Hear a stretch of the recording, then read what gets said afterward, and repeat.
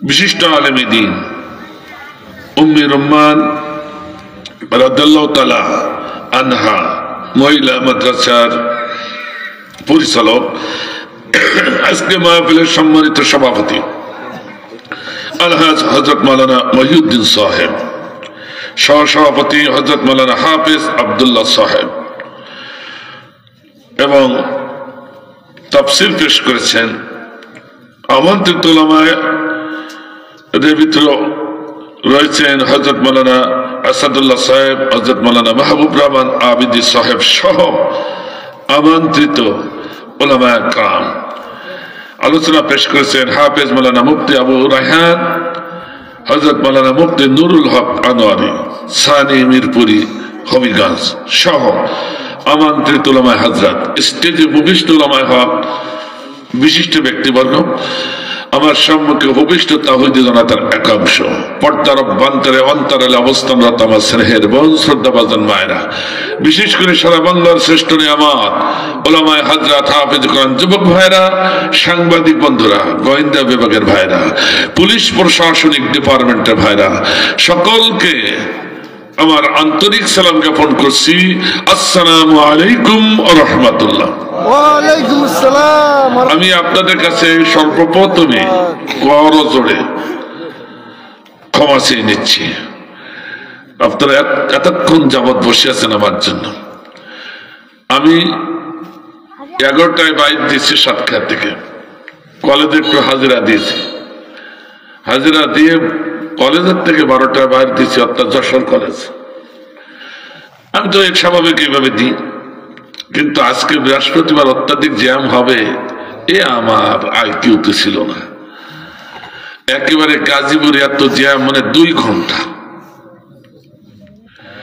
তড়িঘড়ি করতে যে, মানে কাপাসিয়া পোলের আগে আর একটা ব্রিজ আছে, মানুষের কাছে শুনছি মেয়াদ দেখার সময় নেই, লোকের কাছে শুনছি বলে ব্রিজ থেকে ডাইনে যাবেন, ঠিক বলেছে। আমরা মনে করছি ব্রিজের আগের থেকে ডাইনে, সেই ব্রিজের আগের থেকে ডাইনে ঢুকেছে। সমস্যা, ব্যস্ততার কাজে এরকম হয়। অনেক দূর যাওয়ার পরে ভাইরা ফোন দিলে তারপরে সম্বিত ফিরি ভাই যে যাচ্ছে তো যাচ্ছে, কোথায় যাচ্ছে? বলছে না ভাই আপনারা ভুল করেছেন, এটা তো কাপাসিয়া ব্রিজ না, কি একটা নাম বললো, কাপাসিয়া ব্রিজ আরো সামনে।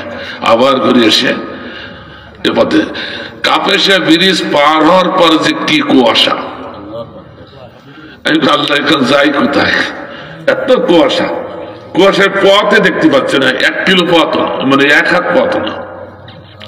তারপর মনে দিয়েছি ওই এক ভাইরে পাইলাম, আমার গাড়িতে আছেন, উনি আমাকে পথ দেখায় নিয়ে আসলেন, মাশাআল্লাহ উনি সহযোগিতা করেছেন। আমার ভাইরা যা হোক ক্ষমা সুন্দর দৃষ্টিতে দেখবেন, তারপরও আপনাদের সাথে দেখা করতে পেরেছি, এটা আমার সব থেকে বড় পাওয়া, আলহামদুলিল্লাহ। আপনারা কি বেজার হলেন ভাই? আমার ভাইজান, কোরআন এবং হাদিসের যদি কথা আমি বলি তা আপনারা শুনবেন ইনশাআল্লাহ? রাজি আছেন তো সবাই? আমার ভাইজান, তাহলে একটুখানি পরীক্ষা করে দেখি আমি কোরআন মাজিদের শুধুমাত্র সূরাতুল বাকারা 61 নম্বর আয়াতের 4 ভাগের 1 ভাগ, বেশি নেই, 1 আয়াত না, দেখি আপনাদের ধৈর্য আছে কিনা। 1 আয়াত না, একটি আয়াতের 4 ভাগ করলে 1 ভাগ, শেষের ভাগটা শুধু তাফসীর শোনাবো, খুব সংক্ষেপে, কোন ভূমিকা নাই, ইনশাআল্লাহ। সহযোগিতা করতে রাজি আছেন? একটুখানি পরীক্ষা করে দেখি। আমার নবী বললেন, হে উম্মতি মুহাম্মাদি, পৃথিবীর বুকে তুমি 3টি জায়গা খালি রাখবে না।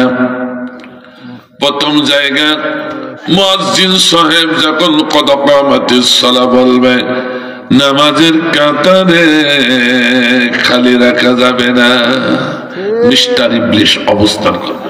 ঠিক আছে তো সভাপতি সাহেব? 2 নম্বর জায়গা হলো, স্বামী আর স্ত্রীর মাঝে ফাঁকা রেখে ঘুমানো যাবে না। হুজুর হাদিসটা শীতকালে দিলেন, খুব মানা সহজ হবে না, গরম করে দিয়েন না। আল্লাহর নবীর হাদিসের মর্ম অর্থ শুনে নেন। কি গ্রীষ্মকাল কি শীতকাল সব কালে মারা লাগবে। নবী আমার বললেন, হে দাম্পত্য জীবনের উম্মতে মুহাম্মাদী,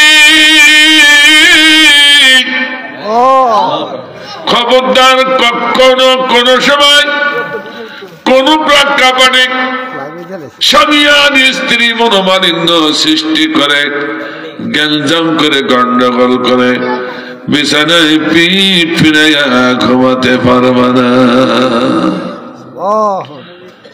আমার দেশে সারাদিন নাদুস নুদুস গেলমান, অফিস আদালতে কারখানায় দেখা দেখি করে রাতের বেলায় ভাঙ্গা ঢোল আর বাজাতে ভালো লাগতো না। যার মতো সে রাগারাগি করে পিঠ ফিরায় ঘুমায়। তো আপনাদের এলাকায় এরকম নেই। রাসূল করিম সাল্লাল্লাহু আলাইহি ওয়াসাল্লাম বললেন, পিঠ ফিরায় যদি ঘুমায়, আল্লাহ নবীর হাদিস কাজ না মানেন, তাহলে কি হবে? পরিণতিটা কি? মিস্টার ইবলিস দুইজনের মাঝে অবস্থান করবে। পুরুষের পিঠে এক গোতা দিয়ে বলে, পুরুষ এমনি যা পাওয়া যায় তার সঙ্গে আগে কথা বলবি কেন, আগে ও বলুক। আর মহিলার পিছনে এক গোতা দিয়ে বলে, মহিলা তুই না এমপির মেয়ে এমপি, মিনিস্টারের মেয়ে মিনিস্টার, চেয়ারম্যানের মেয়ে চেয়ারম্যান, আর তোর স্বামী হলো ফকিরের বাচ্চা ফকির, ওর সঙ্গে আগে কথা বলবি কেন, ও আগে তোমার সঙ্গে বলুক। শয়তানের কাজ যা, দুইজনের রাত দিল বাড়িয়ে, সারা রাত কেটে যায়, কেউ কারোর সঙ্গে কথা বলে না। কিন্তু পুরুষরা তো স্বাভাবিক রক্তটা, মাথার ঘাম পায়ে ফেলে অফিস আদালতে কাজ করে, ক্ষেত মজুরের কাজ করে,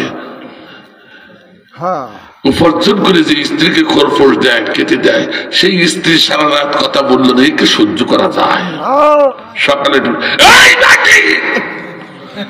কথা বললেন কেন, মানে সাতটার দিকে স্ত্রীর ব্যাটি কয়। তো যেমন স্বামী তেমন স্ত্রী, তুমি বললে না কেন? দুইজনের ভিতরে কথা কাটাকাটি, এরপর ঝগড়াঝাটি, এরপর ঝাঁটার বাড়ি, সোজা 3 তালাক বায়েন বাবার বাড়ি। নাউজুবিল্লাহ বলেন না? অমুসলিম সমাজ জরিপ করেন যত না তালাক, তার থেকে 4 গুণ তালাক মুসলিম সমাজে, ঠিক না? এর কারণ আছে আল্লাহ নবীর থেকে অনেক দূরে অবস্থান করছি। নবী আমার বললেন, যতই মনোমালিন্য হোক না কেন, বিছানায় যখন যাবে মনোমালিন্য দূর করে যাবে। আল্লাহু আকবার বলেন। যদি এই হাদিসটা আজকের থেকে মানেন, আমার মারা আছে তো, আমার মাদেরকে বলছি, মা এই হাদিসটা যদি আজকের থেকে মানেন, আল্লাহর কসম দিয়ে বলছি, যার হাতে আমার জানটা নিবদ্ধ, সেই আল্লাহর কসম দিয়ে বলছি, এই দাম্পত্য জীবনে কখনো তালাক শব্দ আসতে পারে না। 3 নম্বর জায়গা, আমার আল্লাহ বলেন, কোরআনের কথা যে সমাবেশে বলা হয়, ওটা স্বৈরাচার শেখ হাসিনার সমাবেশ নয়, ওটা সাবেক প্রাইম মিনিস্টার বেগম খালেদা জিয়ার সমাবেশ নয়, ওটা মরহুম এরশাদ ভাইয়ের সমাবেশ নয়। আল্লাহ বলেন, এটা পৃথিবীর কোন নেতা নেত্রীর সমাবেশ নয়। আমার আল্লাহ বলছেন, এটা হলো পৃথিবীর শ্রেষ্ঠ সমাবেশ, এটা হলো কোরআনী সমাবেশ, ঠিক না? আমার রাসূল বললেন, এটা হলো রিয়াজুল জান্নাত, জান্নাতের বাগিচা, ঠিক না? নবী আমার বললেন, এই কোরআনের সমাবেশে রিয়াজুল জান্নাত, ডাইনে বামে জায়গা খালি রেখে বসা যাবে না। এই জন্য রাস্তাঘাটে যারা আছেন এখনো, তাদেরকে বলবো, আসুন কোরআনের মাহফিলে অল্প সময়ের জন্য কোরআনের কিছু হিদায়াতমূলক কিছু কথা নিয়ে যান, হয়তো কপালটা ভালো হয়ে যেতে পারে ইনশাআল্লাহ। আমার ভাইজান, আগের থেকে ভাইরা বুঝতে পেরে বেশ গুটিয়ে বসেছে, আলহামদুলিল্লাহ। একটু মহব্বতে জিকির লা ইলাহা ইল্লাল্লাহ,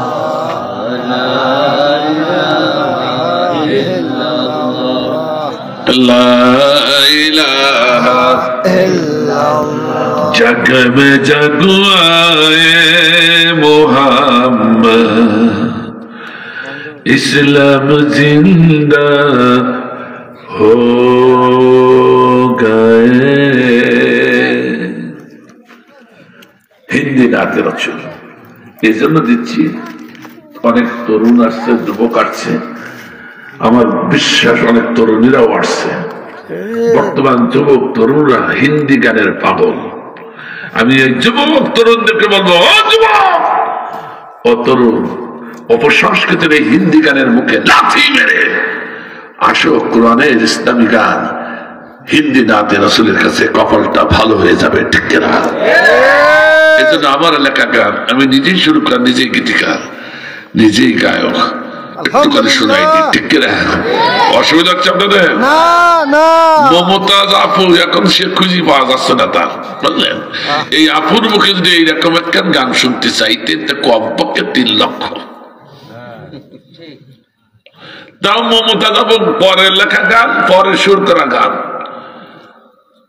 আর তাও যৌন সুরসুরি দেওয়া গান। ঠিক কিনা? আর আমি যে গান গাইছি, আমি নিজে গীতিকার, নিজে সুরকার, নিজে গায়ক। আমরা গাই আল্লাহ এবং আল্লাহ রাসূলের নামে গান। আল্লাহু আকবার বলেন। তাহলে মমতাজ আপুর গানের থেকে আমাদের গানের মূল্য কম না বেশি? অনেক বেশি। আপনাদের টাকা দেওয়া লাগবে না গানের জন্য, ফ্রি বোনাস। শুনুন, जग में जगो आए मुहम्मद, इस्लाम जिंदा हो गए। बुद्ध ने सब कलमा पढ़ा, बुद्ध ने सब कलमा पढ़ा, काफिर मुसलमान हो गए।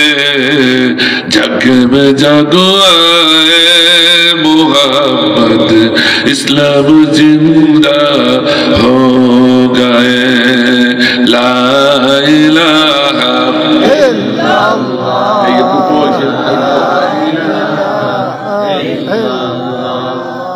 ला इलाहा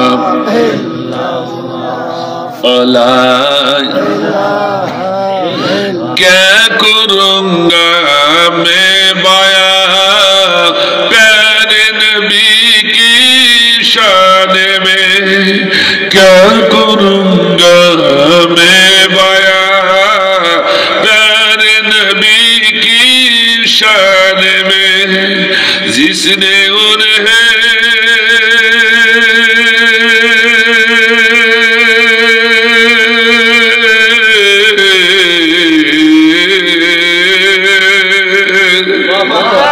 जिसने उन्हें पैदा किया, जिसने उन्हें पैदा किया, वो तो पैदा हो गए। जग में जग आए मुहम्मद, इस्लाम जिंदा हो गए। ला इलाहा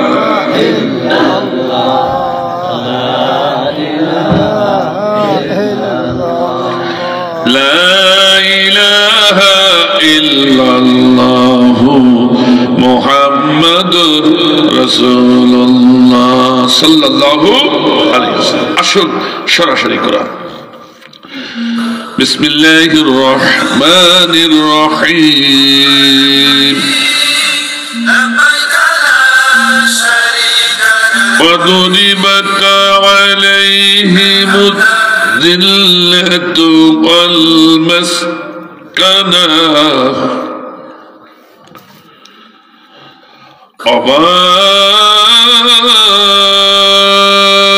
وباءوا بغضب من الله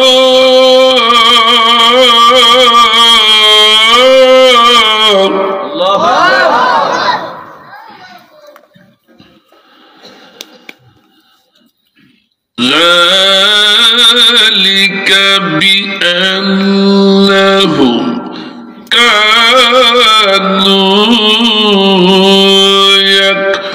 يكفرون بآيات الله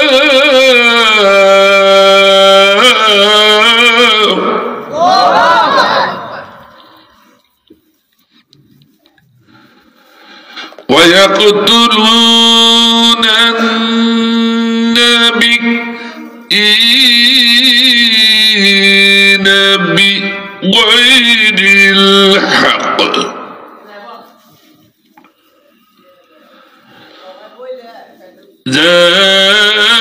ذلك بما عصوا وكانوا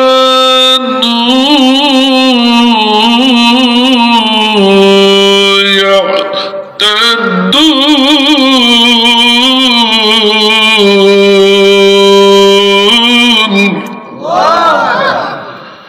صدق الله العظيم সূরাতুল বাকারা 61 মুফাসসিরিন কারাম 22 কানা 9 24 25 হাত দিয়েছে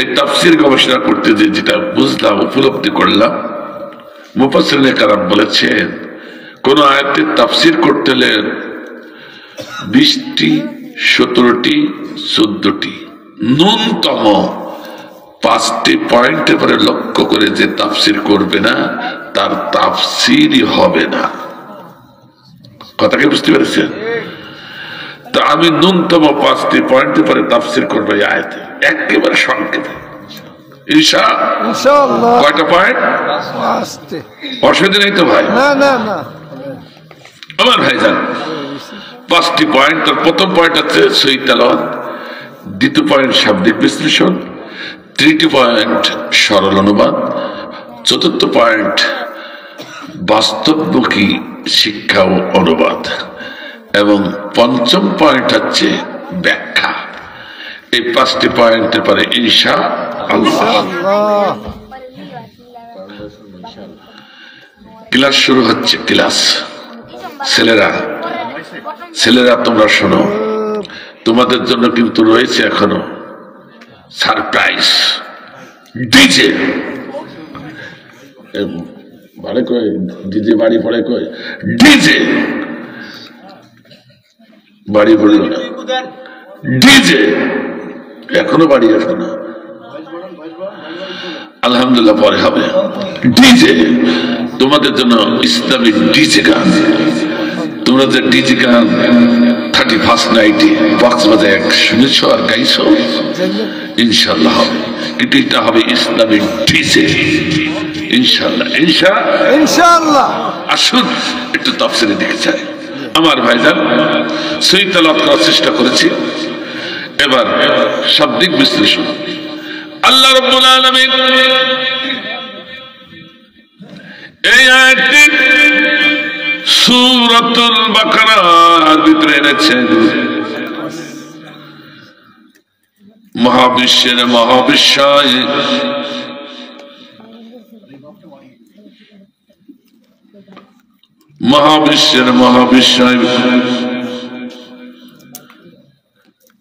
মহাগ্রন্থ আল কোরআন ঠিক কিনা আমার ভাইরা আমরা কোরআন পেয়েছি এই জন্য আমাদের কাছে অতটা মূল্যায়ন নেই অমুসলিমরা বলেছেন কি বলেছেন হে পৃথিবীর মানুষ তোমরা সপ্তম আশ্চর্য অষ্টম আশ্চর্য বলে দেখো কিন্তু আমরা দেখলাম মুসলমানদের কোরআন হল বিশ্বের শ্রেষ্ঠ আশ্চর্য আল্লাহু আকবার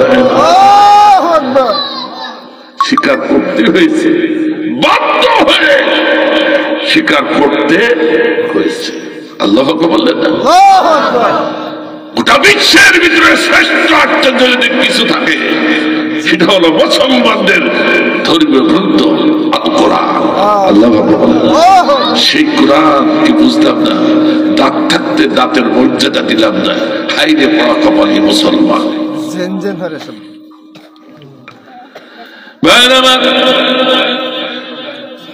প্রথম সূরা 114টি সূরা সমন্বয়ে গঠিত মহাগ্রন্থ আল কোরআন তার প্রথম সূরা দীর্ঘতম সূরার নাম বাকারা বাকারা মানে গরু ঠিক কিনা আর শেষ সূরার নাম হলো নাস নাস মানে মানুষ ঠিক কিনা আমার যুবকরা তরুণরা অন্তত দুটো সূরার নাম মুখস্থ করো আর অন্তত নামটাও জানো বাংলায়, প্রয়োজন আছে।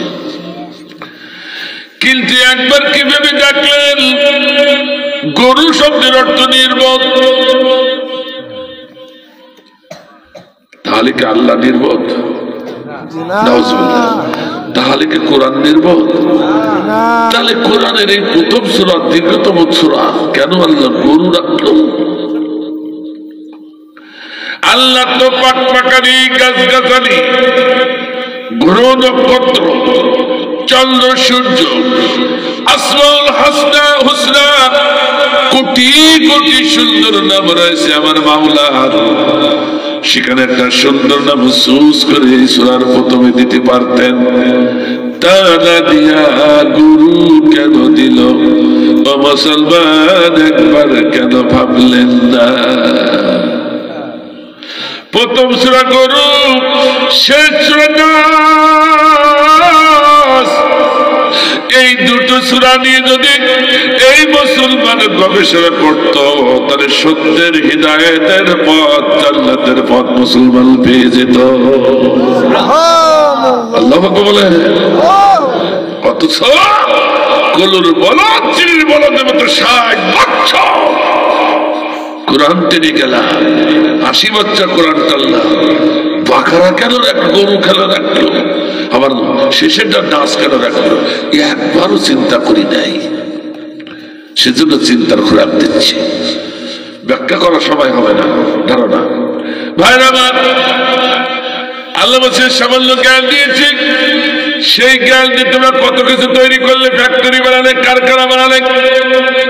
ও পৃথিবীর মানুষ, ও কান্দুলিয়া যুব সমাজের কোরআনে মাহফিলের নরনারীরা, আজকে ভালো করে শুনে যাও, তোমাদেরকে বলছি। কে বলছে? আমি বলছি না, বলছে কে? মনে করেন না আমি বলছি, বলছে কে? তোমাদেরকে বলছি। কত ফ্যাক্টরি তোমরা বানিয়েছ, কত কারখানা বানালে, গার্মেন্টস ছেলে দিয়েছে, গার্মেন্টসের মহিলা কর্মীরা এত ভিড় জমালো, একবারে গ্যাদারিং, আসতে 2 ঘন্টা লেগে গেল। কত বড় ফ্যাক্টরি, আর কত মানুষ ওখানে আছে, কথা কয় না কেন? শুধু লোক আসে আর আসে, মহিলা আসে আর আসে, পুরুষ ওই রকম। এই যে সামান্য জ্ঞান দিয়ে বড় বড় ফ্যাক্টরি। আল্লাহ বলছে আমার গোলাম, পৃথিবীর ভিতরে সব থেকে বড় ফ্যাক্টরির নাম হচ্ছে মানুষ তৈরি ফ্যাক্টরি। আল্লাহ বলেন, কে বলছে কথা? আরো ধরে বলেন, কে বলছে? আমার ভাইজান, সে মানুষ তৈরি ফ্যাক্টরিকে আপনারা চেনেন কিসের?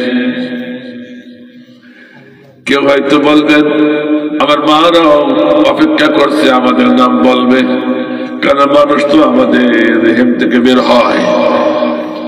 আবার কেউ বলবেন মাদ্রাসা সে মানুষ তৈরি ফ্যাক্টরি, কিন্তু আমার আল্লাহ বলছে না না, মাদ্রাসা মানুষ তৈরি ফ্যাক্টরি না, কলেজ ইউনিভার্সিটি ইসলামী ইউনিভার্সিটি মানুষ তৈরি ফ্যাক্টরি না, কওমি মাদ্রাসা মানুষ তৈরি ফ্যাক্টরি না, হেফজখানা মানুষ তৈরি ফ্যাক্টরি না, এবং মায়েদের রেহেম মানুষ তৈরির ফ্যাক্টরি নয়। ঠিক কিনা? আমার ভাইজান, মায়েদের রেহেম যদি মানুষ তৈরি ফ্যাক্টরি হবে, স্বৈরাচার হাসিনাও তো কোনো মায়ের পেট থেকে এসেছে, ওটা কি মানুষ? এটা আস্তে করছে গাড়ি, এখনো ভয় আছে আপনাদের? ওটা কি মানুষ?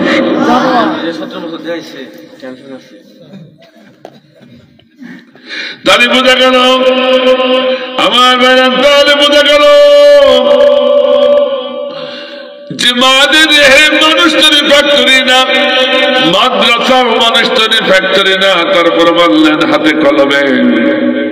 আমার ভাইজান ফরিদউদ্দিন মাসুদ, এই যে কিশোরগঞ্জ শোলাকিয়া ঈদগাহ ময়দানের খতিব, এ কথা কয় না, বড় খতিব, এত বড় খতিব, উনি বুখারীর উস্তাদ, অথচ এত বড় আলেম সেদিন শাহবাগের মঞ্চে তার দলবল নিয়ে জুতা মিছিল করলো রাজপথে। আল্লামা সাইদিকে ফাঁসির মঞ্চে নিয়ে মারবে সেজন্য। আচ্ছা নাউজুবিল্লাহ বাড়ি দিয়ে গেলি, বাড়ি দিয়ে নাউজুবিল্লাহ বের হলো না জোরে, ওজনটা বুঝতে পারেন, সেই জন্য নাউজুবিল্লাহ বের হচ্ছে না। রসুল বলেছেন নায়েবে রসুলকে সম্মান করা আমাকে সম্মান করা হয়, নায়েবে রসুলকে ভালোবাসা আমাকে ভালোবাসা হয়, নায়েবে রসুলকে কষ্ট দেওয়া, নায়েবে রসুলের বিরুদ্ধে জুতো উঁচু করা, আমি রসুল আমার বিরুদ্ধে জুতো উঁচু করা হয়, ঠিক না? কাজেই যে ফরিদুদ্দিন রাসূল নায়েবে রসুলের বিরুদ্ধে জুতো উঁচু করে আল্লাহর নবীর বিরুদ্ধে জুতো উঁচু করেছে, ও কখনো মুসলমান পরিচয় দিতে পারে না, ঠিক না? একটু রাগ করলেন না, ওজনগুলো বুঝতে হবে। আমার ভাইরা, কাজেই ফরিদুদ্দিন মাসুদ আর কিছু হোক আর না হোক মানুষ না, কথা কয় না কেন? আর একজনের নাম একটু বলি, একটু সুন্নাত আদায় করি। মুফতি রুহুল আমিনের নাম আপনারা শুনেছেন? হ্যাঁ, এই যে বাইতুল মুকাররমের খতিব ছিলেন, আপনি জানেন না, আপনারও খতিব। জাতীয় মসজিদে খতিব মানে 96% মুসলমানের খতিব, এই কথা কয় না, কথা কয় না। আমার সভাপতি সাহেবেরও খতিব, সভাপতি নিত মাশাআল্লাহ, তারা ঠিকটাই ধরেছে। আমার ভাইরা, স্বৈরাচার শেখ হাসিনা 5ই আগস্টে পালালো, ওই সাথে একটা পালাইছে, কথা কয় না কেন? আচ্ছা হাসিনা পালাইছে, পালা তুই পালালি কেন? কিন্তু বাংলাদেশের 96% মুসলমানের ক্ষতি, ঠিক না? তাহলে নিশ্চয় কোনো অকারেন্স ঘটাইছে। একখান কথা অন্তত বলি যায় না, কি সে জিনিস বলবো না, কি না থাকবে বলার সময় এসেছে, বলতেই হবে। শত্রুকে শত্রু বলে যে জানতে না পারে আরো কঠিন মুসিবত আছে, ঠিক কিনা? আমার ভাই সাহেব উনি সেদিন ফতোয়া দিলেন, আর মমতাজ আপু এই ফতোয়া রিলি করেছিল পার্লামেন্টে, আমি নিজের খানে শুনেছি। ফতোয়া দিলেন, সে ফতোয়াটা কি শুনেন? বলছে আমাদের নেত্রী মাননীয়া শেখ হাসিনা এতটা ইসলাম প্রিয়, ইসলামের জন্য এতটা নিবেদিত এক সৈনিক, যার তুলনা পৃথিবীর কোন মানুষের সঙ্গে করা যায় না। তবে 4জন মানুষের সঙ্গে তার তুলনা করা যায়। তিনি বললেন কে? হযরত আবু বকর, হযরত ওমর, হযরত উসমান জিন্নুরাই, হযরত আলী কারামাল্লাহু ওয়াজহু। এই 4 জনের সাথে তার তুলনা করা যায়। কাজেই প্রাইম মিনিস্টারকে বলবো, এই 4 জনের সাথে আমাদের নেত্রীকে, আমার স্পিকারকে বলবো আমাদের নেত্রীকে 5ম খলিফা ঘোষণা করে হযরত শেখ হাসিনা রাদিয়াল্লাহু তাআলা আনহা বলে খুতবায় পড়া হোক। সুবহানাল্লাহ বলবেন না? নাউজুবিল্লাহ বলবেন। এর কোয়াই গাছ ছাটা দিবার তুমি তাই কর। আল্লাহ হেফাজত করেছে আমাদের, নাহলে কি হতো আল্লাহ ভালো জানত। আরো 5টা বছর গেলে কি হতো আল্লাহ ভালো জানত। অন্তত আল্লাহ আল্লাহ করছেন, টের পাচ্ছেন না। আর 5টা বছর থাকলে কি হতো আল্লাহ ভালো জানত। একটু রাগ করছে নাকি? আওয়ামী লীগের ভাইরা কেউ থাকলে রাগ করেন না। কর্মী ভাইরা শুনুন, কেন রাগ করবেন? যে নেতারা আপনাদেরকে সাগরের বুকে, জঙ্গলের ভিতরে, এই মুসিবতের ভিতরে ফেলে রেখে 300 নেতা নিয়ে জাটাগুলো মুখে করে মোদির কাছে পালাইছে, সে কখনো তোমাদের বন্ধু হতে পারে না, কখনো জাতির বন্ধু হতে পারে না, ঠিক না? কাজে ফিরে আসো। বন্ধু যদি কাউকে বানাতে চাও, বিশ্বনবী মুহাম্মদ রাসূলুল্লাহকে নেতা বানাও, নিশ্চয় জীবনে তোমার কল্যাণ ফিরে আসবে, ঠিক না?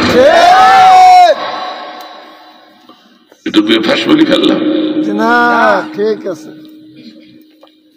আমার ভাইরা একটু না বললে নয়। উনি পালাইছেন পালাইছেন আর আসে না। বাইতুল মুকাররমের মুসাল্লিরা ভাড়া করে করে নামাজ পড়ে, কি করবে? অন্তর্বর্তীকালে সরকার এই দুরবস্থা থেকে একটা খতিব নিয়োগ করিতেছে। ওনাকে যেদিন আইনি বসালো মেম্বারে, সেদিন 3 গাড়ি লাঠিয়াল বাহিনী নিয়ে মুফতি রুহুল আমিন হাজির। লাঠিয়াল বাহিনী নিয়োগপ্রাপ্ত খতিবকে নামাই দিয়া মুফতি রুহুল আমিনকে উঠিয়ে দিল। আপনারা দেখেছেন? আমার বাড়িতে এক মুরব্বী, দাড়ি পাকা মুরব্বী, ওরা সহ্য করতে পারি না। আমার এই সভাপতির মতো, আমি ক্যামেরায় দেখতাম, এক ক্যামেরায় ও তাড়াতাড়ি যে জুতো পাশে রেখে গেছে, ও যখন নামাই দিয়ে ওরে উঠাইছে, সহ্য করতে পারেনি। ও তখন দৌড়তে যে হুবড়ে খেয়ে যে পড়ে চিট হয়ে যায়, জুতো আইয়ে ওনাকে কষেছে। কষা উচিত, কথা কয় না। এমন জুতোর বৃষ্টি সেদিন পড়েছে, ওই 3 গাড়ি লাঠিয়াল বাহিনী সহ মুফতি রুহুল আমিন দৌড়াচ্ছে, ভাইকে দৌড়াচ্ছে। সাংবাদিকরা কম না, ওরা ক্যামেরা নিয়ে পিছিয়ে পিছিয়ে দৌড়াচ্ছে। এও দৌড়ায়, বুঝতে পেরেছেন? বলছে হুজুর একটু দাঁড়ালে, একটু দাঁড়ালে কি হয়েছে? আহারে হুজুর, এরা তো পাকা কম না সাংবাদিক। হুজুর, আমাদের প্রাইম মিনিস্টার আপনাকে নিয়োগ করেছিল, আর এইভাবে আপনাকে জুতা মারলো, লজ্জায় মুখ রাখে কি করে? হুজুর, তা আপনি একটু দাঁড়ান, একটু অনুভূতিটা ব্যক্ত করুন, দেশের মানুষ, বিশ্বের মানুষ শুনুক। যখন ক্যামেরা ধরেছে, অনুভূতি ব্যক্ত করছে না। ও সাংবাদিক ভাইরা, জুতা মারিছে তা কি হবে? একটাও তো আমার গায়ে লাগেনি। এর মতো নির্লজ্জ কি আর কেউ আছে? এর থেকে আরো বেশি নির্লজ্জ হচ্ছে ওই শহীদাসা। কথা কয় না কেন? আমার ভাইরা, তা আমি বুঝাইতে চাইলাম, তাহলে আলেমরা মাদ্রাসা থেকে শিক্ষা নিয়েছে, এই মাদ্রাসাও মানুষ তৈরি করতে পারে। কথাকে বোঝাতে পারছি? একমাত্র মানুষ তৈরির কারখানা হলো মহাগ্রন্থ আল কোরআন। আল্লাহ বলেন, হে আমার গোলাম, কেন আমি বাকারা নাম রাখলাম, নামাজ কেন রাখলাম? শুনি মন, আমি রেড অ্যালার্ট করে দিয়েছি প্রথম সূরা বাকারা নাম রেখে। আমি বললাম, পৃথিবীর মানুষ আমার এই ফ্যাক্টরির বাইরে যারা থাকবে, একটাও মানুষ না, সবগুলো গরু। কথা কি বুঝতে পারছেন? কোরআনের বাইরে যারা থাকবে তারা কি? একটু জোরে বলেন। ওটা যদি আপনার বাবা হয়, দাদা হয়, নেতারা যদি হয়, তাহলে বুঝিয়ে ফেলেছেন। আল্লাহ এই জন্য একের ভাগ করে দিয়েছি, রেড অ্যালার্ট করেছে, 0 পয়েন্ট করে দিল আমার মাওলা। সম্পূর্ণ কোরআনের বাইরে যারা থাকবে, একটাও মানুষ না, সবগুলো গরু। ঠিক না? আল্লাহ বলে, এই গরু মার্কা মানুষগুলো আমি আমার ফ্যাক্টরিতে ঢুকাই। প্রথমে বাকারায় নিয়ে চাপ দিই, তারপর লিচায় চাপ দিয়ে মেনে নিল। এবার মালতে মালতে মালতে মালতে 113টি অপশন মেনে নিল। 113টি সূরা। ঠিক না?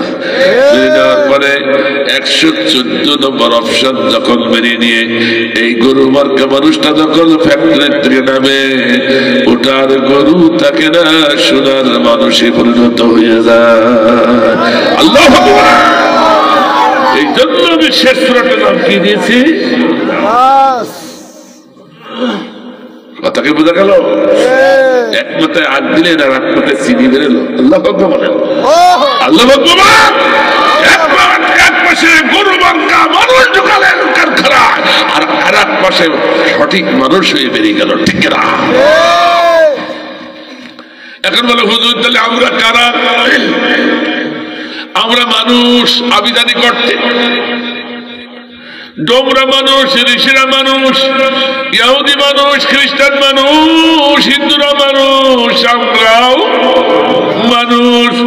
মানুষ এটা লোকাতি ভাষায়, আর কোরআনী ভাষায় মানুষ হলো শুধু তারা সম্পূর্ণ কোরআনের কাছে যারা সারেন্ডার করেছে, সম্পূর্ণ কোরআনের আইনের কাছে যারা মাথা নত করেছে, তাকে ছাড়া আর কাউকে মানুষ বলা যাবে না।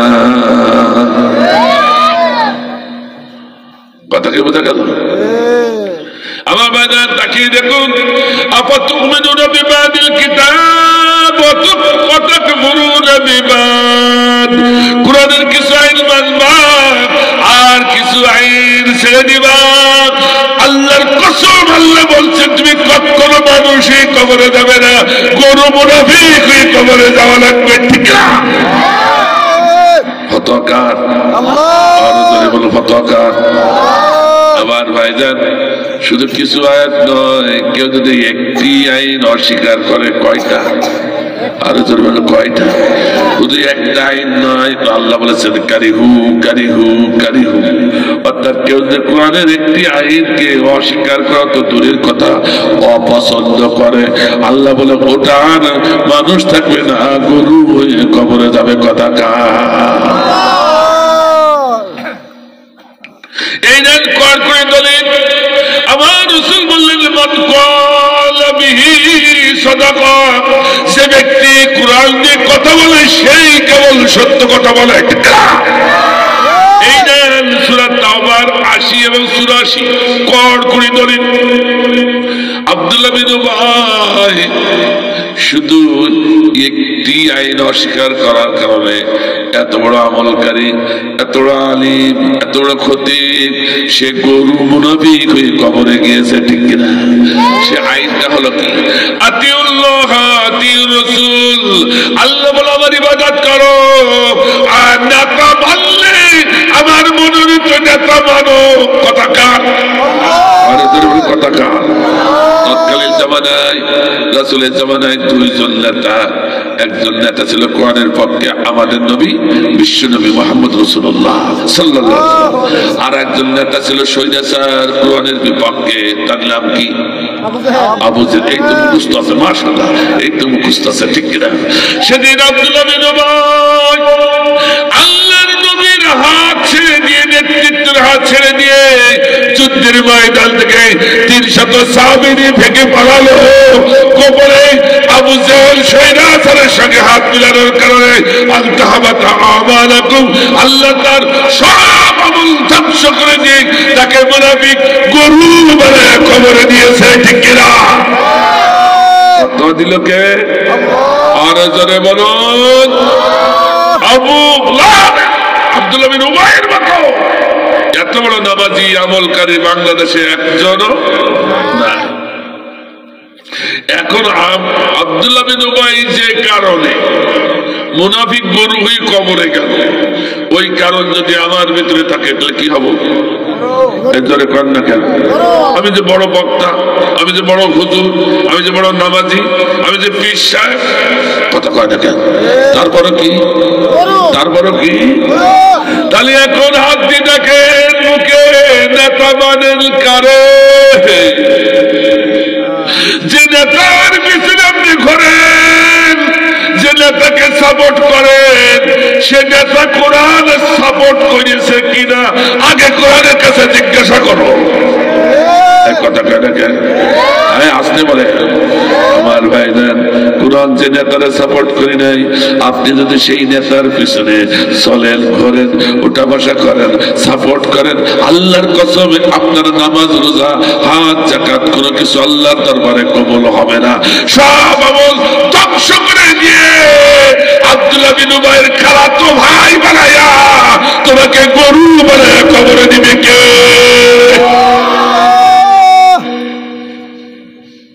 এইবার বুকে হাত দিয়ে দেখেন, রাগ করতেছে। এবার দেখেন নেতাকে, সে দাঁড়াই পড়ে প্রসাব করে, সে নামাজ পড়ে কিনা, আল্লাহর জমিনে আল্লাহর আইন কায়েমের পক্ষে কিনা। কথা বলে না। সেটা তা যদি আল্লাহ জমিনে আল্লাহর আইন কোরআনের আইন কায়েমের বিপক্ষে থাকে, প্রতিষ্ঠার বিপক্ষে থাকে, তাহলে মুস্তাফা আব্দুল্লাহ বিন উবাইর খালাতো ভাইয়ের সঙ্গে আছেন আপনি। কড় করি তোলে আমার বড় রাগ করেন না ভাই, কোরআন যা বলেছে আমি খুলি বলে দেব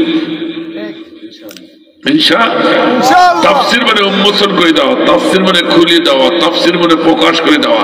তাফসীরের মাজাদার অর্থ হলো যারা যে ভাষায় বোঝে সে ভাষায় তাদের কানে গুতুই ঢুকিয়ে দাও। একটু বেশি বলি ফেললাম। আজকে আমি কানে যারা দেখতে চান না চোখে আঙুল দিয়ে দেখাই দেবো, আর যারা শুনতে যাবেন না কানের ভিতরে গোটাই শোনাবো ইনশাআল্লাহ। রাগ করতেছে দেখে ভাই, আসুন আমি তাহলে এখানে আর ব্যাখ্যা করবো না, শাব্দিক বিশ্লেষণ আর করবো না, শেষ করে দিচ্ছি। তাহলে বোঝা গেল কোরআনের আইনের বাইরে যারা থাকবে একটাও মানুষটা নির্দ্বিধায় ফতোয়া কারণ দেওয়া লাগবে না। ফতোয়া দিয়েছে কে? কোরআনের সম্পূর্ণ আইনের বাইরে যেটা থাকবে সবগুলো করবে। আর বাংলাদেশে গরুর সংখ্যা বেশি, মানুষের সংখ্যা যদি বেশি হতো আল্লাহর আইন কায়েম হতে 5 বছরের বেশি সময় লাগতো। এখন কি আল্লাহর আইন আছে? তাহলে বুঝতে হবে গরুর সংখ্যা বেশি। আমার ভাইরা এবার আসুন, খুব সংক্ষেপে, বিস্তারিত বলতে পারবো না, সংক্ষেপে দেবো ভাই। আমি 3টি পয়েন্ট একসাথে নিয়ে যাচ্ছি, আলাদা আলাদা করতে হলে অনেক সময় লাগবে। আপনারা ব্যস্ত হয়ে পড়েছে, কথা কয় না। তবে আজকে আসুন, টলি টুপলা নিয়ে 300 নেতা কেন পালাই গেল, এতটা অভিশপ্ত হলো কেন, এটা আমাদের কথা না আল্লাহর কথা, সেটা একেবারে খুলিয়ে কোরআন দিয়ে বলে দেবো ইনশাআল্লাহ। রাগ হবে না তো ভাই আমার? আল্লাহ ওদের পর আমার অভিশাপ, ওদের দলের পর অভিশাপ, ওদের গোষ্ঠীর পরে অভিশাপ, লানত। না শুধু লানত নয়, আল মাসকানা, ওদের ঘর বাড়ির পরে আমার অভিশাপ, ওদের রাষ্ট্রের পরে আমার অভিশাপ। কথাকার এখন আল্লাহ ক্ষান্ত হয়নি, তারপর কি বলছেন?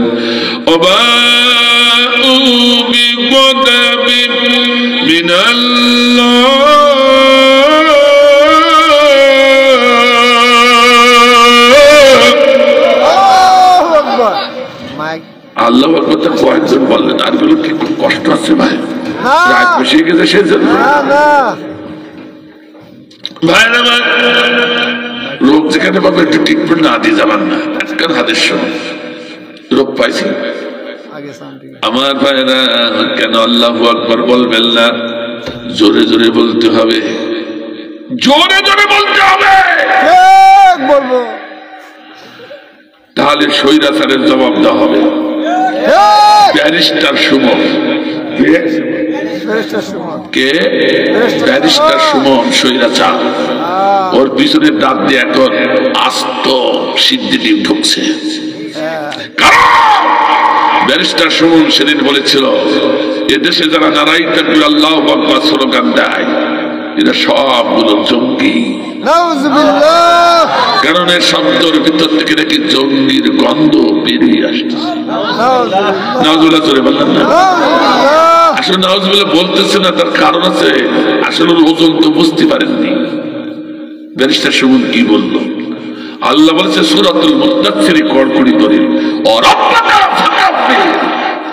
তুমি যেখানে যে অবস্থায় থাকবে সেই অবস্থায় আমার নামের তাকবীর দিবে, আমার শ্রেষ্ঠত্ব বর্ণনা করে আল্লাহু আকবার বলে। তাহলে তাকবীরটার কথা কে বলেছে? আল্লাহ। আর এদের কে বলেছে? আল্লাহ। তাকবীরকে জঙ্গির গন্ধ বেরোচ্ছে, তাহলে আল্লাহর জঙ্গি বলল। কথা কয় না, কথা বলে না। আল্লাহর যারা জঙ্গি বলতে চায় তাদের মতো বড় স্বৈরাচার আর কেউ হতে পারে না।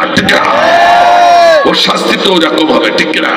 এমন নেতানি চলছে, ব্যারিস্টার সুমনের চোখের পানি কপাল দিয়ে গড়াচ্ছে। আমার এক ছাত্র কমেন্ট করেছে, স্যার আপনি এইভাবে যদি বেফাস কথা বলেন বাইরে দিয়ে, তা আমাদের একটু লজ্জা করে। কেন বাবা? তা আপনি আমাদের স্যার, আপনাকে সম্মান করি, তাই বেফাস যদি বলি যে চোখের পানি কপাল দিয়ে পড়াবে, চোখের পানি আবার কপাল দিয়ে পড়ায় নাকি? গোপ দাড়ি মোষ ভিজিয়ে নিচে পড়ে, ওপর দিকে যাবে কি করে? আগে বাবা বুঝতে পারো কি স্যার, ওই এত বড় স্বৈরাচার যে আল্লাহর জঙ্গি বলতে চায়, সে এত বড় স্বৈরাচার, সে স্বৈরাচারকে সোজা করে দাঁড়াই মারলে হবে না। ও স্বৈরাচারকে শাস্তি দিতে হলে ওর পা থাকবে উপরে, মাথা থাকবে নিচে, আম গাছে ঝুলিয়ে যখন পিটানো হবে, কাদালি দেওয়া হবে, তখন তো অটোমেটিক চোখের মানে কপাল দিয়ে গড়াবে, ঠিক না? তখন ছাত্র বলছে সাত তালে গ্রামার, ঠিক আছে। এই জন্য আমাদের তাকবীর দেওয়া লাগবে না, তাকবীর দিলে ওই স্বৈরাচারের প্রতিবাদ করা হবে, ঠিক কিনা? তারপরে আল্লাহর নামে তাকবীর বলে লাভটা কেটে শুনুন।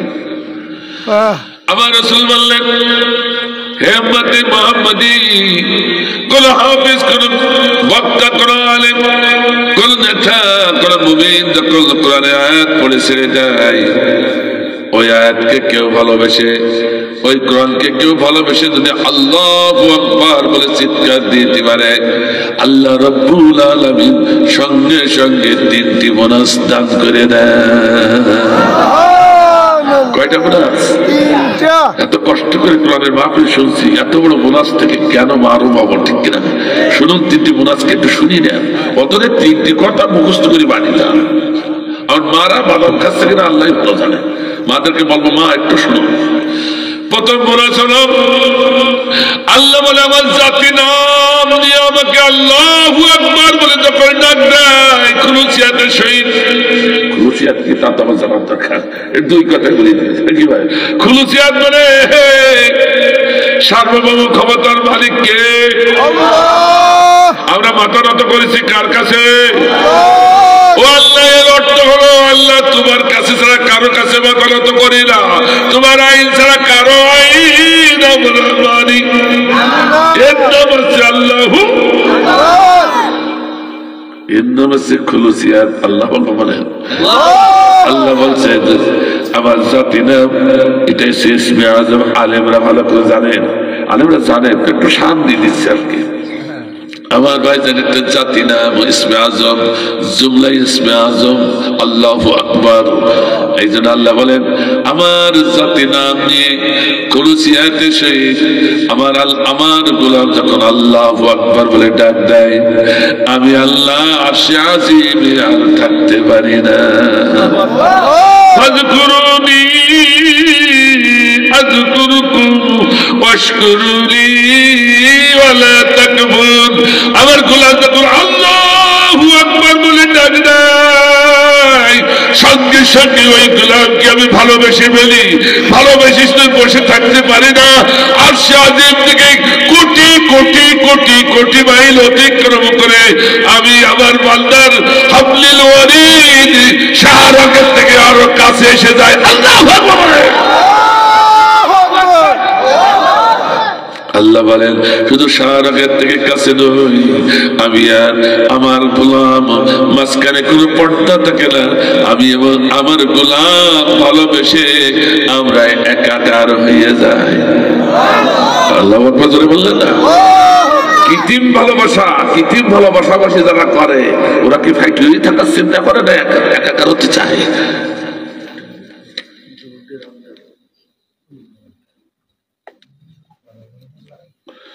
আচ্ছা দেখা যাবে। আমার ভাইরা অসুবিধা হচ্ছে আল্লাহ বলছেন 2 নম্বর বোনাস হলো, 2 নম্বর বোনাস আল্লাহ বলে আমি শুধু আমার বান্দার সাথে একাকার হয়ে যাই না, আমি আমার বান্দাকে এত এত ভালোবেসে ফেলি, আমাকে ডাকার কারণে যতক্ষণ বান্দা কোরআনের মাহফিলে বসে থাকে লাআল্লাকুম তুরহামুন, আমি আল্লাহ আমার রহমতের বৃষ্টি বান্দার মাথার উপরে ঝরাতে থাকি। তিন নম্বর বোনাস, ভালো করে শুনুন। তিন নম্বর বোনাস হলো আল্লাহ বলেন গোলাম যখন মাহফিল শেষ হয়ে যায়, উঠে যায়, আমার প্রেমিক বান্দারা যখন উঠে যায় তখন আমি মেনে নিতে পারি না, খপ করে আমার গোলামের হাতটা ডান হাতটা চেপে ধরি বলি, ও আমার ভালোবাসার গোলাম রে, আরো কিছু সময় থাকলে দুইজনের মনের কথা একটু বেশি বেশি আদান প্রদান হতো। আল্লাহ আল্লাহ, কিন্তু গোলাম তোকে তো যেতেই হবে, সময় নাই, তোকে তো যেতেই হবে, যেহেতু মাহফিল শেষ হয়ে গেছে, কাজে বাধা দিব না, প্রয়োজনে তোমার যেতে হবে, কিন্তু তুমি যে এত আমাকে ভালোবেসেছ, একেবারে তোমারে খালি হাতে ফেরাতে পারি না।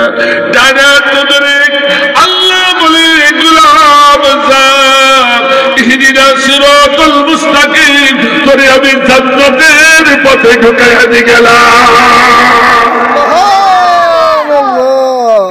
এর থেকে বড় পাওয়ার কি আছে? ঠিক না? আল্লাহু আকবার খুলুসিয়াতের সাথে বললে যদি তিনটি বোনাস পাওয়া যায়, তাহলে আমি কেন বলবো না? এত প্রেস্টিজ বোধ আমার মুখ থেকে কেন আসতেছে? কথা কথা কথা কথা, এই জন্য এখন তো রাজি আছেন তো? আল্লাহ বলছে বাবা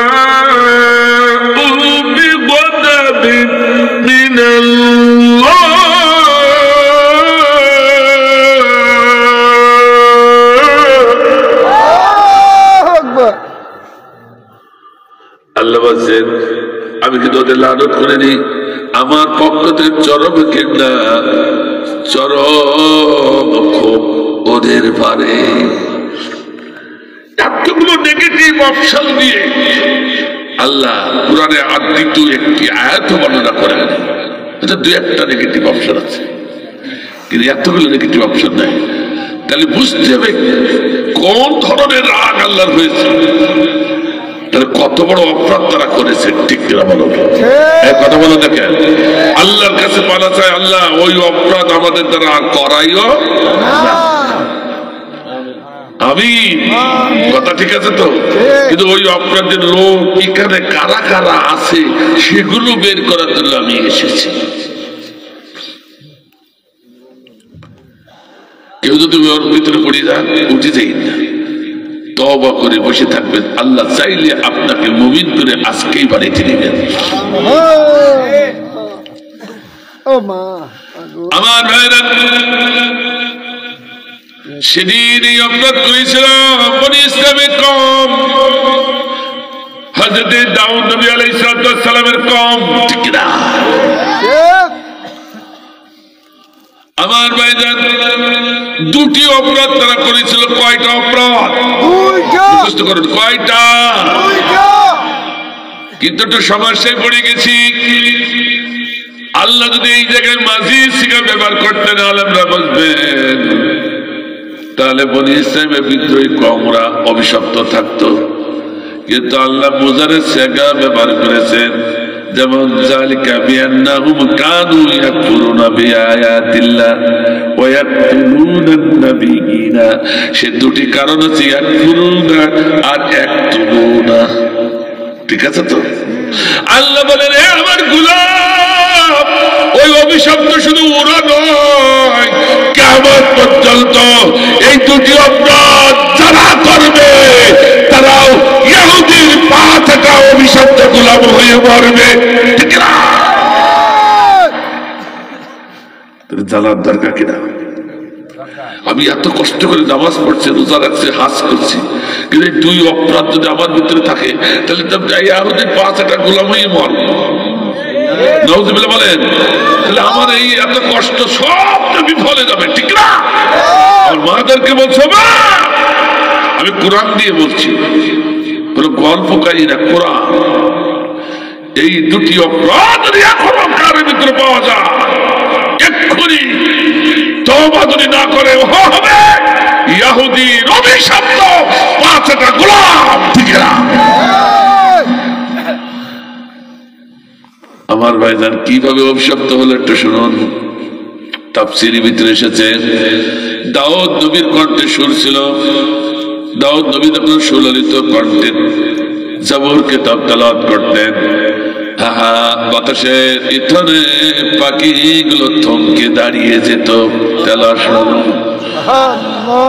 শুধু পাখি নয়, সমুদ্রের মাছগুলো লাফাতে লাফাতে ক্যানেল দিয়ে যেদিকে তেলাওয়াত হচ্ছে সেই নবীর কাছে হাজির হতো। আল্লাহু আকবার। আমি কোনো বানানো কথা বলছি না, কোনো গল্প কথা নাই, তাফসীর শুনিয়ে বলেন। আমার ভাইজান তাফসীর গবেষণা করতে যাই দেখলাম, ও ভাই কি দেখলাম শুনুন, জঙ্গলি পশুগুলো একা আসতো না, একা নয়, আমরা তো একাই এসি, তাহলে একা আসতো না, বাড়ির সদস্য যা ছিল সব সাথে করে নিয়ে আসতো।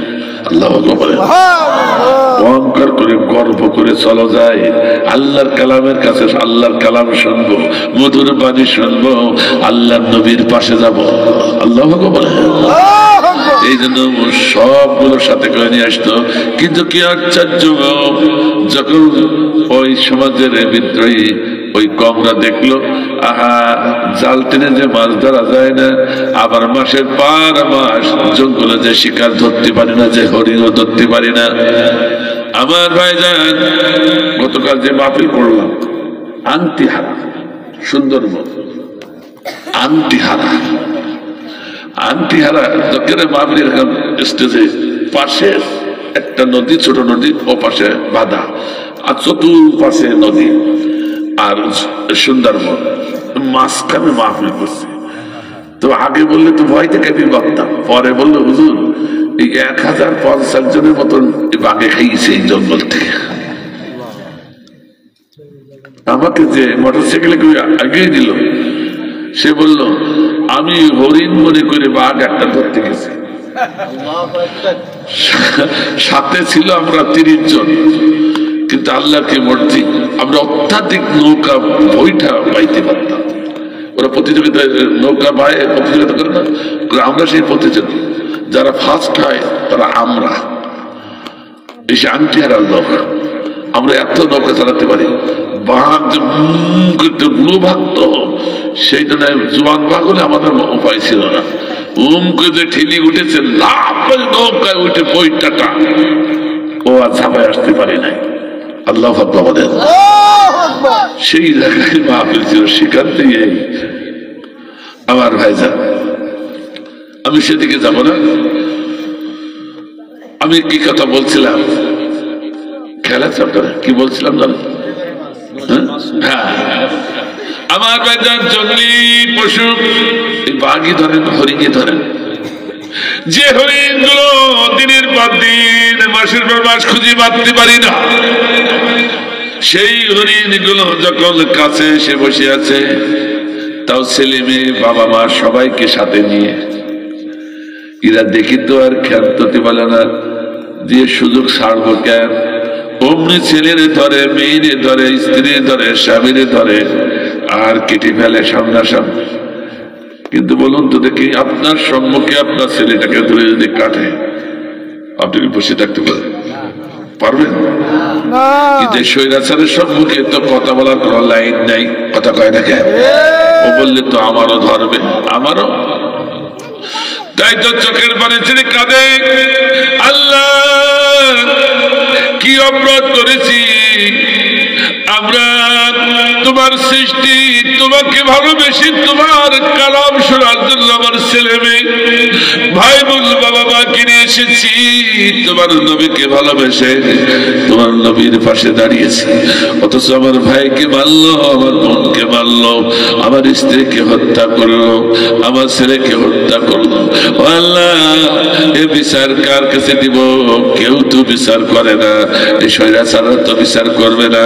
আল্লাহ তুমি আমাদের প্রভু, তোমার কাছে আমার বিচার দিলাম, কেবল কি ওরা যদি আমাকেও কেটে টুকরো টুকরো করে করতে পারে, তোমার কালাম ছেড়ে যাব না, তোমার নবীকে ছেড়ে আমরা যাব না। আল্লাহু আকবার।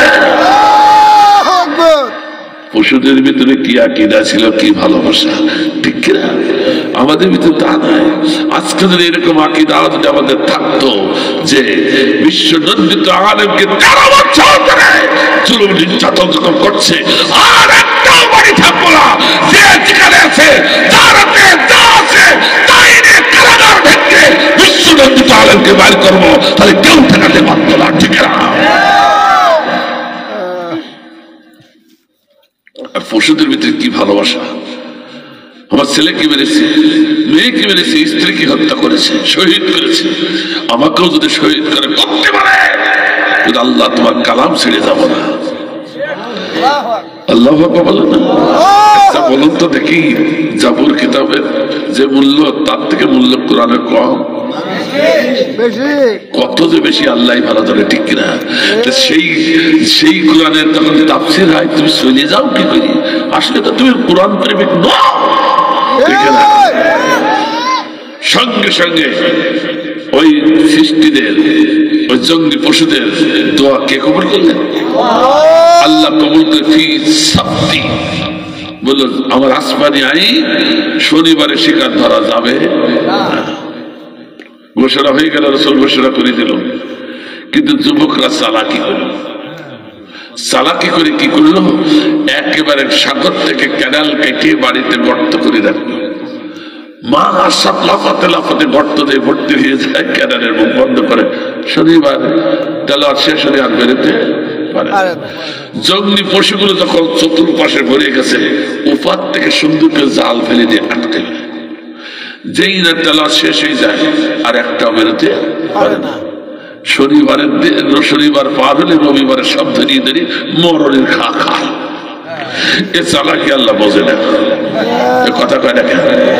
আল্লাহ বলে, আমার আইনকে বাদ দিয়ে সচ্চাই নিজের আইন তৈরি করে সে আইনি পারে চললি, মানব যদি আইনি পারে চললি, আমি আল্লাহ আমার কোরআনের আইন, আমার আইনকে কুড়িয়ে আঙ্গুল দেখালি তোদের বারুদের জাতিতে পরিণত করে দিলাম, ঠিক না? খুলে দেখেন কোরআন, আমি বলছি না, কে বলছে? সেদিন তাদেরকে বানরের জাতে পরিণত করে দিয়েছে কে? অবস্থা। আর যেগুলো ভালো মুত্তাকি পরেজগার দাবি করে ঘরের কোনায়, মসজিদে কোনায়, হুজ্জাখানার কোনায়, আর জেকে ঠকে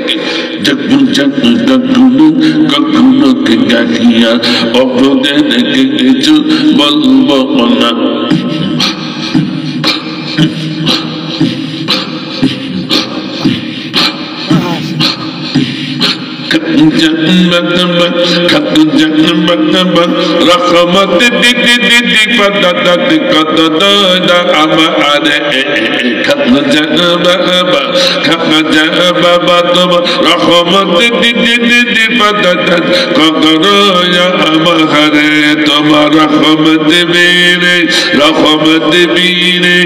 আমি পাপি যাব জাহান্নামে।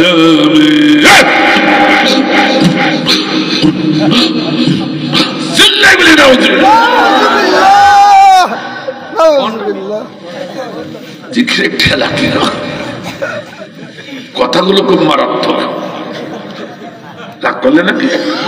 বলছে যে যা করে করুক না, ওদের কিছু বলবো না। আল্লাহ বলছে তা'মুরুনা বিল মা'রুফ ওয়া তানহাউনা আনিল মুনকার। তুমি হাজি হও, গাজী হও, আর পীর সাহেব আর পীরের মুড়িয়ে দাও। তুমি যদি মুসলমান বলে ঘোষণা করো, তোমাকে সৎ কাজে আদেশ দিতে হবে, অসৎ কাজে বাধা দিতে হবে। কথা কয় না কেন? যে যা করে করুক গে, সুদ ঘুষ যে জন্য করে খেঙ্গি, অশ্লীল বেহাবেলা যে জন্য করে করুক গে, এদেশে কোরআনের আগুন লাগাক গে হে, এদেশে কোরআনের পক্ষের মানুষগুলো মেরে শেষ করে দিক গে হে, এদেরকে বৈষম্য করে দিয়ে ছাত্রদের বুকটা ছাত্রা করে দিক গে হে, ওদের কিছু বলবো না। আল্লাহ বলে তুই তো মুসলমানই না, ঠিক না?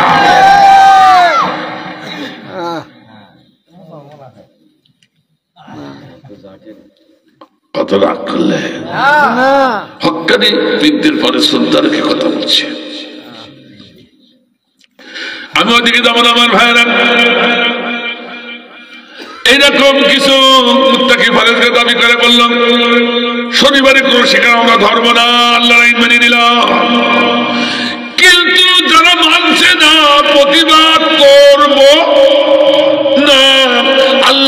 তুই তো মুসলমান থাকলি না খিলজির, তোর শুকরে পরিণত করে দিলাম। ঠিক না? বুড়ো ঘাটা এই সুবিধাবাদ সব শুকরে পরিণত করে দিয়েছে। আর 3 নম্বর দল হলো, এইটাই হলো 1 নম্বর। 3 নম্বর দল তারা বললো আল্লাহ আইন মানলাম, যারা মানবে না প্রতিবাদ করব, প্রয়োজন হলে আন্দোলন সংগ্রাম করব, প্রয়োজন হলে জিহাদ করব, ওই শহীদ হব না গাজী হব। আল্লাহ, এটা হলো হক দল। কথা কয় না কেন? কথা বলে না কেন? কথা বলে না কেন? তাহলে আমার ভাইজান এই 3 দল বাংলাদেশে আছে। এক পদ্মা সেতু দেখাইয়া 36টি পদ্মা সেতুর টাকা সুইস ব্যাংকে পাঠাইছ, এত বাংলাদেশের জনগণের টাকা। ঠিক না? তোমার তো কোনোদিন দেখলাম না রিক্সা চালাইতে। এই কথা কয় না, কথা কয় না। ও কি রিক্সা চালাইছে? তো ওকে কোদাল নিয়ে কোনোদিন মাঠে গেছে, ধানের ক্ষেত পাইছে নাকি? তো তুমি টাকা পাইলি কেন? জনগণের টাকা। কথা কয় না কেন? কথা কয় না কেন? সারা কি করে? একটি পদ্মা সেতু তুমি টাকা লাগাইছ, আর 36টা পদ্মা সেতুর টাকা আমাদের টাকা। সালা কি আল্লাহ বোঝে না? একটু অপেক্ষা করেন, কি হবে ওদের দেখেন। দেখেন, আমি বিস্তারিত ব্যাখ্যা করতে পারছি না, খুব কঠিন। তবে সংক্ষেপে, আমরা ব্যস্ত হয়ে পড়েছেন। 2টি কারণ। তার একটা কারণেই তারা আল্লাহর আইন বাদ দিয়া মানব রচিত আইনে পারে চলে। আল্লাহর আইনের সাথে বড়ি আঙ্গুল দেখাইস। কথা কয় না কেন? আমার ভাইজান শেখ হাসিনার পরিবারও তাকে আল্লাহর আইন মানত। কথা কয় না? আল্লাহর আইন তো মানি নাই, নিজেরা আইন তৈরি করেছে। কথা কয় না কেন? আইন তৈরি করে আল্লাহর আইনের প্রতি বুড়ি আঙ্গুল দেখাইছে। এটা হলো শিরকে আকবর। আলেমরা জানেন, স্বেচ্ছায় আল্লাহর আইন বাদ দিয়া যারা মানব রচিত আইনের কাছে মাথা নত করবে, মানব রচিত আইন প্রতিষ্ঠার জন্য আন্দোলন সংগ্রাম করবে, আল্লাহর আইনে বুড়ি আঙ্গুল দেখাবে, ওরা সব শিরকে আকবরের অন্তর্ভুক্ত হয়ে যাবে। ফতোয়া দিবেন কোথায়? তো শিরকে আকবর যারা করে তাদের কোন ইবাদত কবুল হবে না, হবে না, হবে না, লিখিনে যাবে।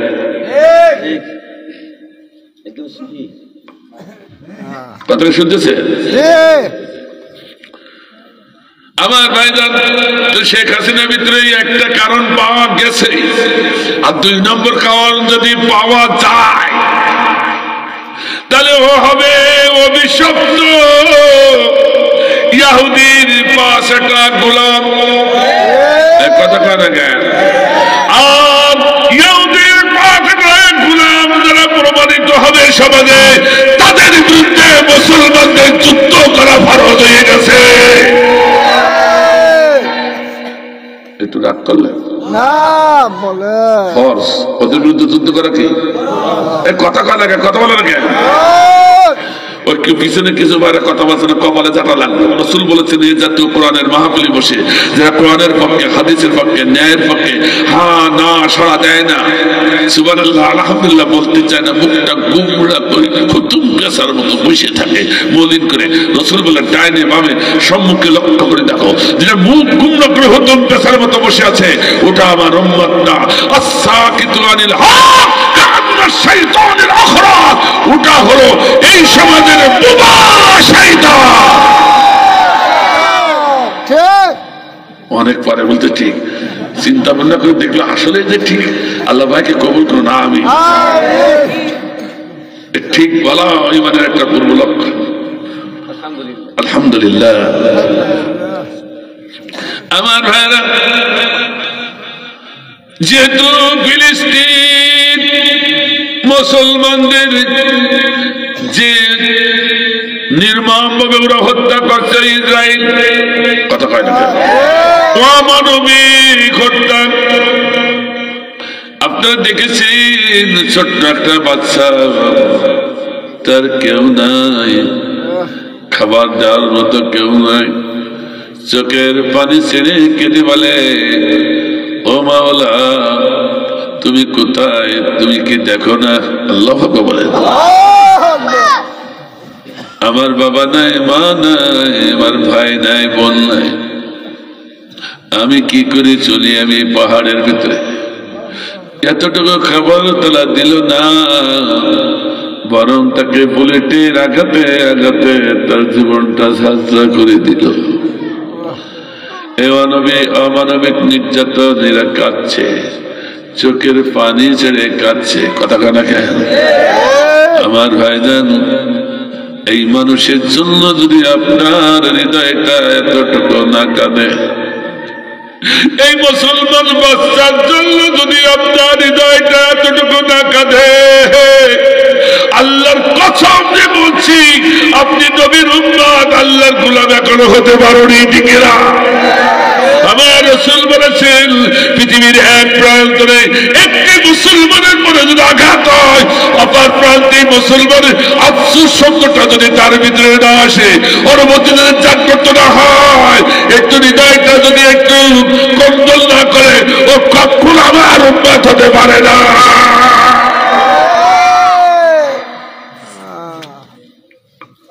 আসলে আপনারা জানেন কিনা জানি না, ইসরায়েল যে জায়গায় বসে আছে, ও জায়গা হলো ফিলিস্তিন, মুসলমানের আমাদের জায়গা, কথা কয় না কেন?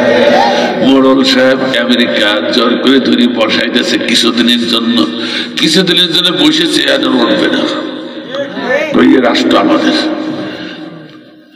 কিন্তু ওরা জানে না, মুসলমান 200 কোটি মুসলমান একবার যদি ঐক্যের প্ল্যাটফর্ম এসে বিক্ষোভ শুরু করে দেয়, এদের সম্মুখে পৃথিবীর কোন শক্তি দাঁড়াতে পারে না, জুতা পিটা করে ইসরায়েলকে তাড়িয়ে ছাড়বে, ফিলিস্তিনের ভূমি অবশ্যই বিজয় হবে।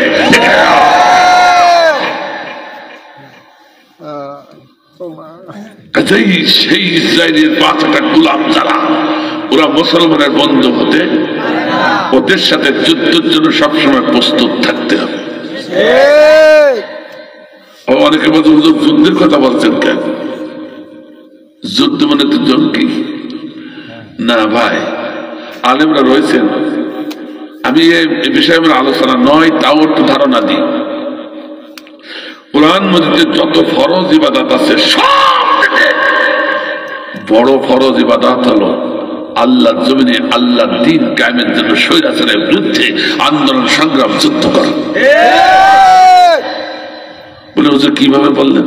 তো প্রমাণটা নেন, কেন নিতে চান না? নামাজ ফরজ, ও 82 জায়গায় এসেছে, রোজা ফরজ কয়েক জায়গায় এসেছে, হাজ ফরজ কয়েক জায়গায়, আর জিহাদ করা কি ফরজ, এটা কি ফরজ। এই এসেছে 627 জায়গায়। আল্লাহ বলেন, তাফসীরের ভিতরে, উসুলে ফিকহের ভিতরে এসেছে, সংখ্যার আধিক্যতা বাড়লে তার গুরুত্ব বেড়ে যায়, কথা ঠিক আছে তো? আল্লাহ বলেন, আর আল্লাহ সেই জিহাদ নামক ফরজ ইবাদতটা আমাদের বঞ্চিত করেছে এই স্বৈরাচার সরকার। ঠিক না? কারণ কারো বাড়িতে জিহাদের কিতাব পাওয়া গেছে, ছোটি বই, জিহাদি বই, হয়তো 5টা আয়াত আছে জিহাদের, সেই বই পাওয়া গেছে, তারা ধরিয়ে দিয়েছে জেলখানায়। হয়েছে না? এরকম হয়েছে না? তাহলে যদি জিহাদের বই যদি পেয়ে জেলখানায় নিতে হয়, তো শেখ হাসিনা তো আগে নিতে হতো। অনেক প্রতিদিন কোরআন শরীফ পড়তো ফজরের পরে, তো ওর বাড়িতে কোরআন শরীফ ছিল, ঠিক কিনা? ওই কোরআন মজিদের তো 627টি জিহাদের আয়াত, তো ওটা আগে কষার দরকার ছিল, ঠিক না?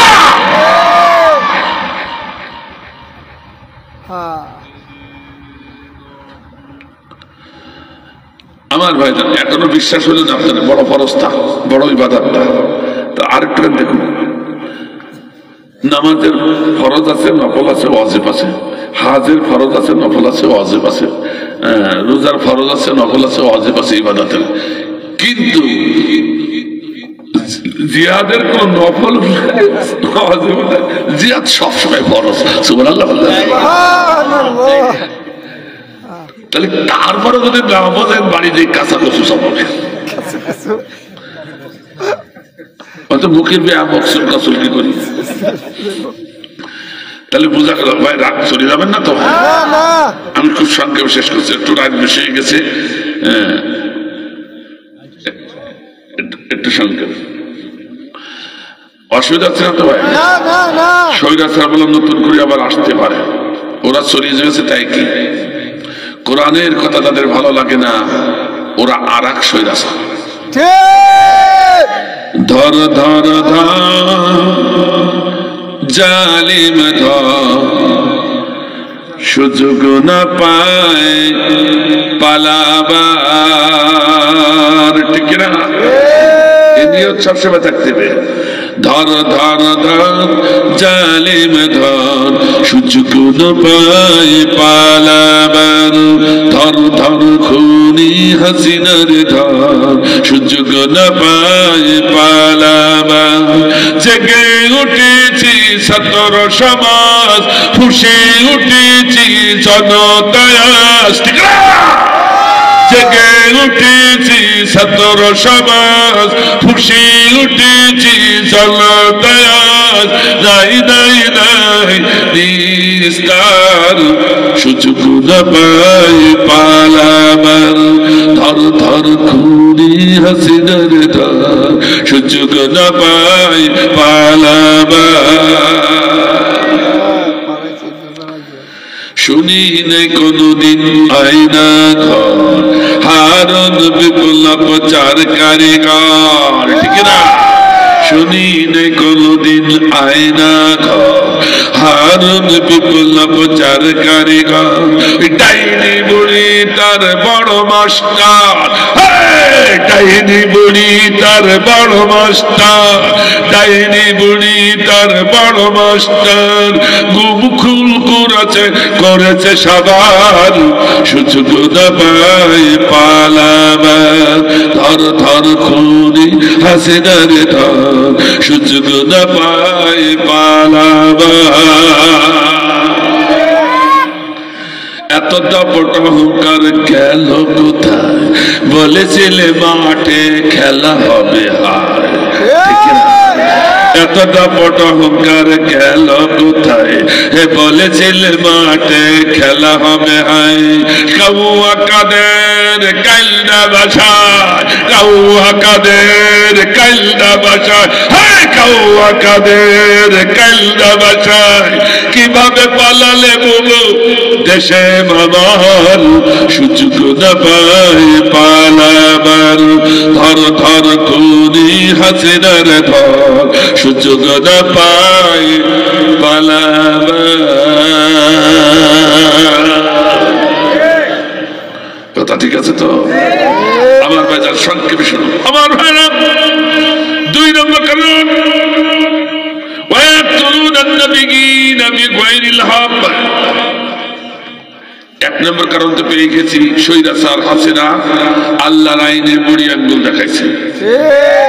এবার 2 নম্বর কারণ ধরছি, যদি এই 2টার ভিতরে পাওয়া যায়, আজকে কোরআন সাক্ষী আমি নই, ও মুসলিম নয়, ইহুদির অভিশপ্ত 5টা গোলাম।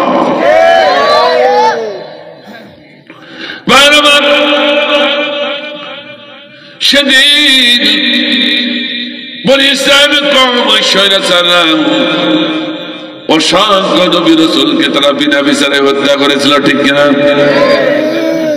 এখন বললো হুজুর নবী রাসূল তো এখন নাই, আমার নবী বলেছিলেন উলামা ওয়ারাসাতুল আম্বিয়া, আমি যখন থাকবো না আমার আদর্শ আল্লাহর আইনে জমিনে প্রতিষ্ঠার জন্য যে আলেমরা নেতৃত্ব দেয়, ওরা সাধারণ আলেম নয়, ওরা নায়েবে রাসূল। নায়েবে রাসূল কি বাংলাদেশে আছে? আমার ভাইরা সর্বনাশ হুজুর এতদিন ছিলেন না, এখন পথে নেমেছে, জিহাদের ময়দানে নেমে গেছে। কথা কয় না কেন? তিনি একজন নায়েবে রাসূল, খিলাফতে আন্দোলনেরা জিহাদের ময়দানে নেমে গেছে স্বৈরাচারের বিপক্ষে। মামুনুল হক, রফিকুল ইসলাম তারাও নায়েবে রাসূল, ঠিক কিনা? কিন্তু বাংলাদেশে গোটা বিশ্বের ভিতরে সব থেকে শ্রেষ্ঠ অন্যতম নায়েবে রাসূল ছিলেন আল্লামা শহীদ মরহুম দেলাওয়ার হোসেন সাঈদী রাহিমাহুল্লাহ।